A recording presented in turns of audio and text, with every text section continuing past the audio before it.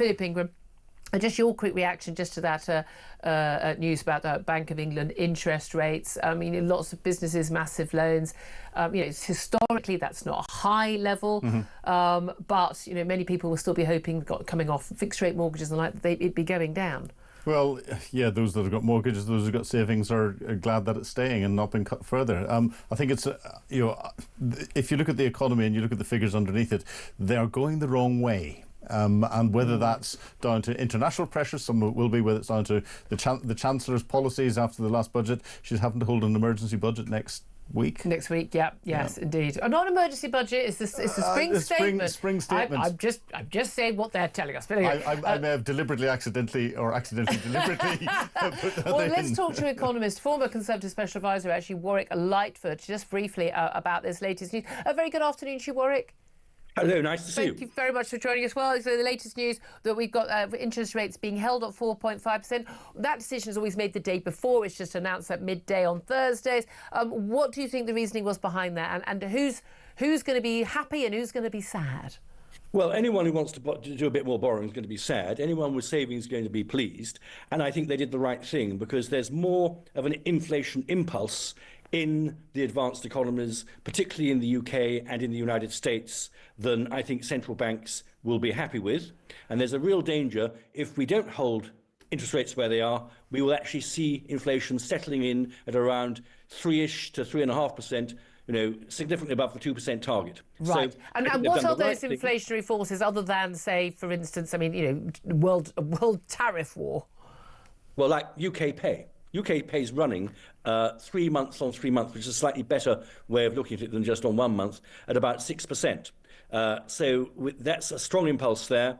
And so that's good for those individual people because they've been dealing with inflationary pressures on everything they pay, everything they buy in the shops, mortgages and rents and everything. So they're going to get more money, which is good. But that sort of starts a cycle of prices going up. You've got to watch, and we have a bit more of an inflation. But there's one other thing I'd say, which is very particular to the United Kingdom.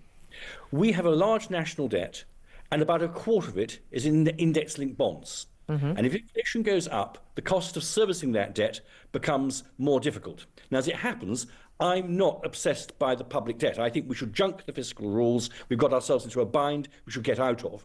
But it is very important that we keep inflation low, to keep the debt service charge low. And the other thing is... And when you say debt service charge, just to clarify, people, that's how much the government uses our taxpayers' money to pay the interest on their debt. So when we say service, it's literally our money that is going to pay for this debt, as opposed to being given back to us as tax cuts or paying for public services like healthcare. Yeah.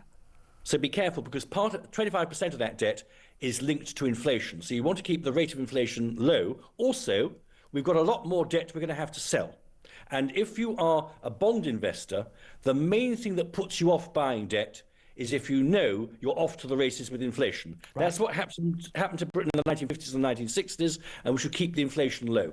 Right, OK. Are you genuinely feeling hopeful or worried about the economy, given that we had that, as we're always told by the experts, an unexpected 0.1% fall in economic growth in the latest figures? We've got the spring statement, or as people are saying, the emergency budget next week. How worried or how relaxed are you about where we are going economically overall? If you look at the labour market statistics that came out today, now there are all sorts of complications about their accuracy at the moment, but broadly it's the story of quite a strong labour market. There's not too much to worry about there on a sort of 1 month to another basis. The economy is slowing, but I think the economy has got to slow to get inflation back to around 2%. Yeah. We're now in a slow growth period, and none of us, including me, have got any clever ideas of how you go and speed that up. And anyone who says, oh, I know how to grow the economy, well, I very much look forward to a short essay telling me how to do it. Because I would certainly say, not what we're doing now. No, I don't think putting up public spending and putting up taxes is a help. But the truth is, we economists are not very good at knowing what drives growth. Yeah. I mean, with all due respect, you always say, if you ask 10 economists for their opinion, you'll get 20 different opinions. I mean, they'll be different again. And you're very good at looking at what's happened in the past and telling us why it happened, but bizarrely bad at predicting what will happen in the future. No offence. No, you're quite right. And often we are pleasantly surprised when we're quite pessimistic and vice versa. Yeah, it's very bizarre, isn't it? But there we are. It's so good to talk to you. Really, I appreciate your honesty on that front. Warwick Lightfoot, who's an economist, former Conservative Special Advisor. Well, look, let's talk now to Baroness Kate Hoey. She's an independent peer, former Labour MP. A very, very good afternoon to you, Kate. Good afternoon, Julia. Thanks for joining us.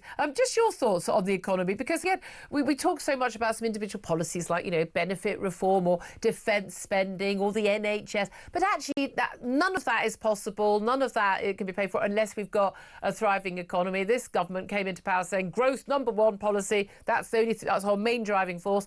We're not seeing any growth. We're seeing rising inflation with interest rates not coming down as many would have desperately hoped that they would. We've got apparently this fiscal headroom. This stuff's all completely made up, by the way. Next week at the Chancellor's spring statement, where she's going to basically have to make some more cuts or put taxes up to basically balance the books. What do you make of where we are economically and what we do about it? Well, like everyone, I'd like to see us having real, genuine growth. And, like your previous interviewer said, very few people come up with really positive ideas of what we can do. But certainly what's happening at the moment, I mean, you don't need to speak to economists to talk to just people I write about in their ordinary lives, how they're seeing their lives not improving at all. And things are getting worse. And of course, we've seen all the various things that the government has brought in, which is making people poorer. And I worry a little bit about next week, because I don't think we're going to see anything that's going to be very positive for people's income and livelihoods. And we are probably going to see maybe some increases even in tax, which so I think sales taxes often it's about the thresholds. They don't announce an increase, but actually more people end up paying higher tax. No, but I think anything that they do next week will not have been in their manifesto. And of course now, I think the Prime Minister will have always behind him the possibility of being able to say, well, we are trying to work with the rest of Europe. We want to help Ukraine. All of these things are going to cost more money, and if we want to defend our country. So they'll always come up with excuses. But, people are beginning to feel that, at the very least, what I'm pleased about is that there is beginning to be a real debate about net zero. And that means that, of course, we can look at some of the ridiculous things that have happened in order to push that target of 2050, which now we're hearing isn't definitely not going to be obtainable. Isn't that funny? I don't know where they got the new data from, because this has been obvious since word go. And obviously two developments on that this week. One is the Tory leader Kemi Badenoch coming out and saying in a speech, look, this is an impossible target, and it's been 2050, nice round number, round year, picked from thin air, and it will bankrupt us. And yes, everyone says yes, we all want to have cleaner environment, blah blah blah. But at the end of the day, this is just going to impoverish us. Again, tell us something we don't already know. She certainly wasn't saying that during the leadership campaign, but I welcome any sinner who repenteth, although I think privately she's been probably very sane on this all along. But now we've got this new report, actually a government document admitting that the mad dash to net zero risk crashing our economy and causing untold problems, could even bankrupt us. I mean, But we've known this. I mean, Philip Hammond, a man for whom I do not hold a torch, a leading Remoaner, who tried to undermine Brexit negotiations after we'd voted to leave the European Union when he was the Chancellor of the Exchequer, who, frankly, I still think should actually be charged with treason. I genuinely believe that. He did a report in the Treasury saying it would cost trillions for us to achieve this, and still the governments and still the opposition went along with it. No, I think now we're certainly seeing the Conservative Party being pushed very strongly by the threat from reform, and of course, reform has always had a very cynical, view on the whole net zero issue. And that's not to say, nobody is saying, and Julia, you've covered a lot in your programme, nobody's saying that we don't want to try and become more environmentally friendly and not to be wasting and not to be doing things that we know are definitely going to, destroy things in the future. But it's the way it's been done, and the almost ignorance that has been pushed, and anyone who said anything different has been treated as some kind of pariah. Climate denier. climate denier, and just like we all were over when we said, look, really, I mean, Brexit is not going to cause the country to collapse. When people were saying nonsense, of course it is. And now, interestingly enough, there's another report out, which is basically, well, Jeremy Hunt himself has been saying now that actually things were exaggerated. There was too much hype. No. I'm shocked to hear that, Kate. That could never have happened. It really is quite, and I think it just shows that if you kind of wait long enough and you're confident about your opinions and you keep pushing and you keep campaigning, ultimately people will realise that. And I do really welcome now that we can have a genuine debate about the whole net zero and the whole idea that we're not going to be able to have anything other than electric cars from 2030-ish, I think. Yeah. It's never going to happen. I know it's never going to happen. So why are we still pretending it will? Yes, but we're pushing that, and we're actually worrying and frightening people too, because they're all thinking, well, how am I going to get a heat pump? I haven't, how can I afford that? Yeah. How can I? All of these things. Yeah. And maybe what we'll see at the next reshuffle, and I think it would be something that would show that the Prime Minister was listening, is if the Energy Secretary was perhaps moved to a slightly different position. Well, I think ousted completely. I think Ed Miliband is completely and utterly deluded on this stuff, but there's no evidence to show that Keir Starmer isn't at all as well. And the thing about these things, it's not just, OK, well, let's wait it out. Apart from the fact that we have impoverished our nation, weakened our ability to be energy secure. That's why we were so badly hit by the Ukraine war, because we were so at risk of international gas prices and energy prices. America wasn't anything remotely as badly hit because they've been, while talking a good game under Joe Biden, they have been drilling, and they have become the biggest, and fracking as well, the biggest oil and gas producer in the world. I mean, this has massively impacted our ability to defend ourselves, to build the armaments we need. It is, the impact of this will be felt for decades, and I think the impact for the rest of Europe is going to be felt. Again, the weakness of Germany because of their lunatic net zero policies as well, in the face of the threat from Russia that's right there, not that far away from their border. It is extraordinary that this has gone on so long, and I welcome, I'm like you, anybody who there's any wake-up calls, but there are no new facts here. That's what bothers me. There are no new facts here. We already knew all this stuff, but they all just ignored it and just shouted climate denier at us.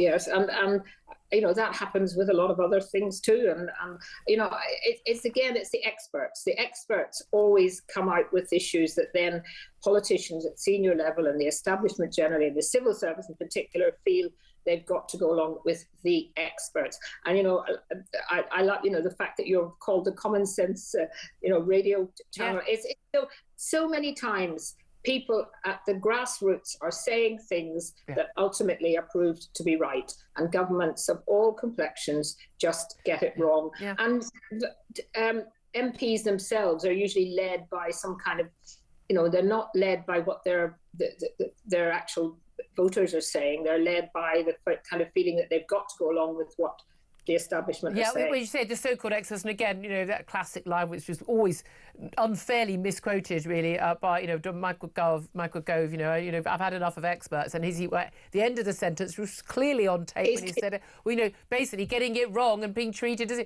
we went into lockdown because of an expert. We went into lockdown because Ferguson put through his absurd computer model of what was going to happen in terms of deaths.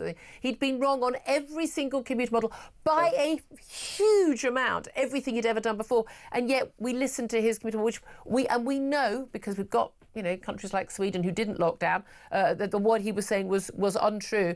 We need to stop listening to experts. We need to start looking at the facts. I mean, look, this comes into with the gender versus biological sex facts story today as well. But it also comes under, I think, the welfare. I want to talk to you about the welfare issue. We can come on to the gender thing if you want as well. But we've got these announcements, these welfare reforms. At the same time as the government talking about the moral and economic case for welfare reform, even though we're told that actually the £5 billion of savings we're going to make, realistically, we're not going to see any of that at all. At the same time, we are told that we have to actually believe everybody who says they have a mental health problem and can't work, and that no one is there's only a tiny number of people, if at all, who are committing fraud on welfare, and we have to believe everyone. And we're in this thing where we have to believe two things at the same time. There's a load of people claiming benefits which they really shouldn't be claiming, but no one's lying at the same time. Yeah. When we're being asked constantly to basically ignore the reality that we can see in front of us. Well, it's again, it's a bit like no one could ever criticise the National Health Service because, because it's perfect. Otherwise, it looks like you want to get rid of it, which is nonsense. It's similar with the whole welfare system. And every government that comes in always says the welfare system is broken and we're going to fix it. And of course, they fiddle around with it. They change things. They change one bit of form filling to another type of form filling. And in the end, it doesn't actually change the fundamental problem. That the reality is there are a lot of people, sadly, for all sorts of reasons, maybe it's because they've been allowed to do it, claiming for things that they're not entitled to, really, or that they shouldn't be entitled to. But we have to distinguish immediately between those people who are, for example, in terms of disabled people who are really, and we all know what someone who is really disabled needs and help, and that's where they've got, for example, the Motability car. But we've just discovered how many people now have Motability cars that really shouldn't be having them because they're getting them for things that wouldn't to me seem like something that is a real disability, like having asthma apparently, and different forms of depression. I mean, these are not things that we should be spending money on. So the government has to be very, very strong on this. But once again, as soon as something comes in that looks like it's going to be difficult to deliver because it's going to upset a lot of people, they give in. And so what we've ended up with is, admittedly, it's only a consultation document as well, so it'll take another few months, whether it's not going to save a lot of money. And I just think I'm most horrified by the figures about young people who leave school. 1 in 8.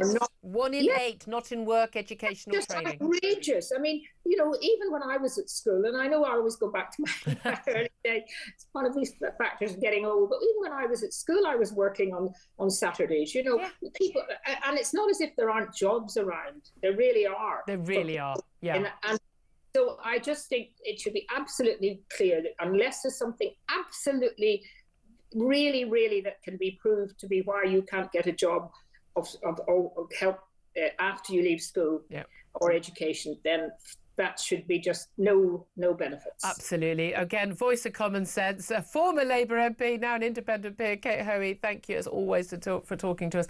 Philip Ingram. I mean, I can't believe there aren't most people who think that, including most Labour voters. And we had all that hand wringing on the welfare issue, that hand wringing on Labour benches, and Diane Abbotts and John McDonnells and others who basically were just, I mean, they bankrupt the country tomorrow quite happily by sort of everybody should be on benefits. They want everyone on this sort of you get what's that thing when you basically get paid for doing nothing at all? You're basically just a minimum income guarantee and things. And I mean, they're living in cloud cuckoo land economically. But even just with the demographics, we simply can't afford to have all these people not working. Not only paying them, they need to be working and paying tax. And to be able to afford, if Warwick as an economist can't describe how we can improve the economy and all the rest of it, then God help us. Isn't our Chancellor an economist? But we do know what works. We know lower taxes incentivise people to keep more of their income, or things that encourage people to set up businesses. Yes, it's growth is generated by business, small businesses, and but making it easier for people to hire people. But unfortunately, also that means you need to make it easier for people to hire people. And they think, well, look, we want to hire you for 6 months, but we don't know if we've got business in another 6 months, so we're going to put you on that contract. I'm sorry, those are the things that mean that people actually do get a job. And this is where our current Chancellor, who is also an economist, is getting it wrong, because she's hit businesses very hard.